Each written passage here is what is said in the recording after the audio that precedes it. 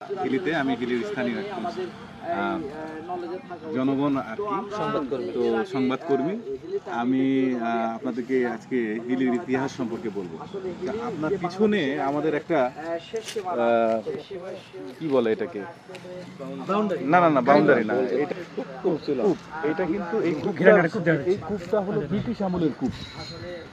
যখন আমাদের পাকিস্তান হানাদার বাহিনীরা যখন আমাদের 1971 সালে বাংলাদেশে একটা বিশৃঙ্খলা পরিস্থিতি তৈরি করে, তখন এখানে বিহারিরা উপস্থিত ছিল। তো পাকিস্তানি বাহিনীরা বিহারিদেরকে দেখতে পারতো না। তো যখন দেখতে পারতো না তখন এই বিহারিদেরকে অনেক অত্যাচার নির্যাতন করত। এই বিহারিদেরকে এই কূপের মধ্যে এনে জবাই করতো। ছোট বাচ্চাদেরকে প্ল্যাটফর্মে রেখে পায়ের উপর পা তুলে দিয়ে মানে চিরে ফেলতো, চিরে এই কূপের মধ্যে ফেলতো। এটা কিন্তু একটা অভিশপ্ত কূপ। আমি লোকমুখে শুনেছি এর আগে যে এখানে যারা বিজিবি সদস্যরা এখানে পাহারা দিত, তারা এখানে অনেক ঐশ্বরী একটা আত্মা বা অন্য কিছু তারা দেখতে পেত, যে কান্নাকাটির শব্দ বা এই ধরনের কোনো কিছু। এই সেই কূপ, এটা একটা অভিশপ্ত কূপ হিলি। এই কূপটা বাংলা হিলিতে বাংলাদেশ এবং ভারতের মধ্যে নোম্যান্স ল্যান্ডে অবস্থিত, একবারে জিরোতে।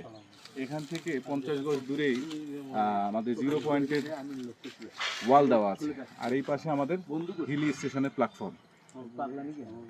এটাই সেই কূপ।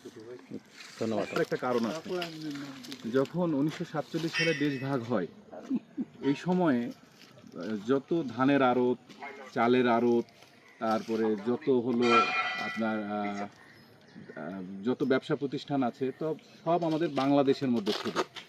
আর যারা বসবাস করতো তারা ভারতের মধ্যে। যখন 47 সালে দেশভাগ হয়, তখন যারা বসবাস করে ওই ভাগটা পড়ে গেছে হলো ভারতের মধ্যে। আর এক ভাগ পড়ছে যে ভাগটা যেখানে ব্যবসা বাণিজ্য, ব্যবসা প্রতিষ্ঠান আছে, এখানে কিন্তু কোনো ব্যবসা মানে বসবাসযোগ্য কোনো বাড়িঘর এই ধরনের কোনো কিছু তেমনটা ছিল না। এই রেলওয়ে স্টেশন ছিল, এখানে ধান চালের আড়ত ছিল, ব্যবসা প্রতিষ্ঠান ছিল। 47-এ ভাগ হওয়ার পরে যারা যেখান থেকে ধান চাল নিয়ে আসে হিলিটাকে সমৃদ্ধ করতো, ওই পাটটা চলে গেছে ইন্ডিয়া সাইডে। তো ব্যবসার প্রতিষ্ঠান থাকলেও কিন্তু ব্যবসার যে এলিমেন্টসগুলো লাগে, সেই এলিমেন্টসগুলো কিন্তু ভারতের মধ্যে চলে গেছে। এই কারণে আমাদের হিলিটা কিন্তু ওই 47-এর পর থেকে অবহেলিত। আর এই পাশে 2 কিলোমিটার দূরে আমাদের জয়পুরহাট জেলা, অন্য একটা বিভাগ।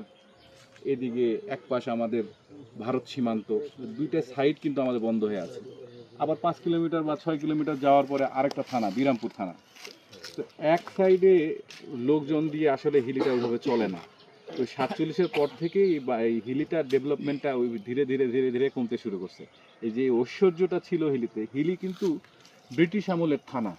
যখন ব্রিটিশরা এই উপনিবেশকে শাসন করছে, ওই শাসনের আমলের থেকে এই হিলি কিন্তু থানা হিসেবে অন্তর্ভুক্ত হয়েছে।